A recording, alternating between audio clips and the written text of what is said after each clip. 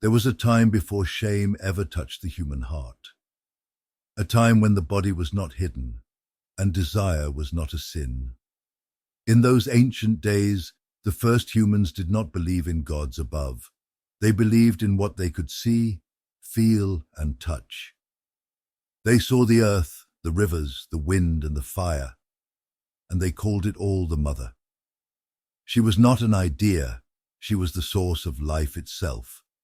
Everything they needed was here, offered by her hands: fruit from the trees, shelter from stone, warmth from the fire, and guidance from the stars.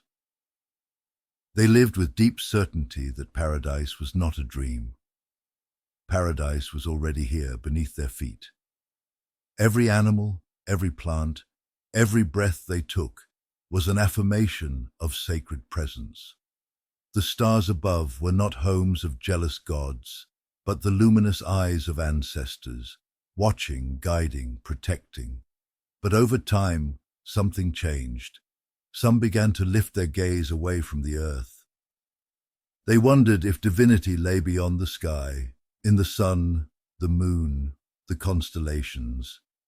They created stories, legends, and gods, beings who lived in the heavens, and slowly they began to long for that world instead of this one. A new belief emerged, that to live with the gods, one must leave the earth behind. And so the path of separation began.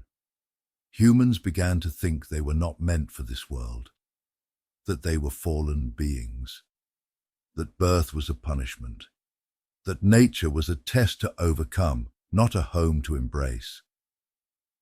They stopped seeing the sacred in the body. The navel became a symbol of shame, a reminder of their tie to the mother, and everything below the navel was labeled sinful, especially the genitals, once seen as the roots of creation. Sex became taboo, desire became dangerous, and the natural became something to escape. In this disconnection, they built walls. Walls around the body, around emotions, walls around the flow of energy that once ran like a river. But energy does not vanish.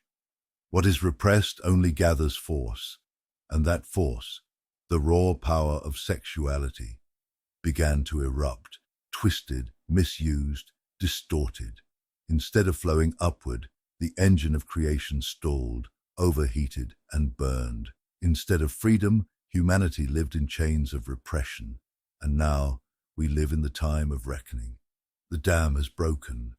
Sexual energy floods the world, wild, untamed. We are riding the crest of that wave, trying to remember where the river was meant to flow. To heal, we must return, not backward, but inward. We must remember that our genitals are not curses. They are the sacred roots of the tree of life. They hold the energy that fuels spiritual awakening. They are the point where the divine becomes flesh. Sex is not just an act. It is a current. It is energy seeking expression. When unconscious, it is chaotic. But when honored, it becomes creation itself. There are two ways this energy moves. One is dense, driven by need, impulse, ego. The other is subtle, guided by love, awareness, and union. Both are part of being human. But mastery comes in awareness, in knowing your own rhythm, in reclaiming your body without shame. You cannot walk the path of the spirit while denying the ground beneath your feet. You cannot rise to the stars while cursing the soil from which you came. First, you must make peace with yourself. Have you hidden your desires in silence? Have you been shamed or shamed others? Are you afraid to speak about your body, your longings, your truth? Only when the answers are met with love can the energy flow again. Take time to honor your root. Let your breath awaken the fire within.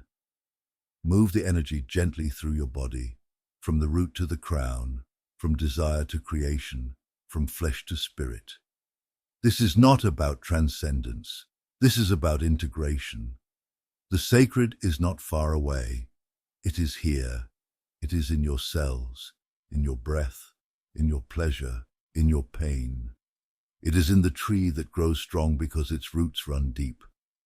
Return to the mother. Reclaim your body. And you will remember that heaven was never above you. It was always inside.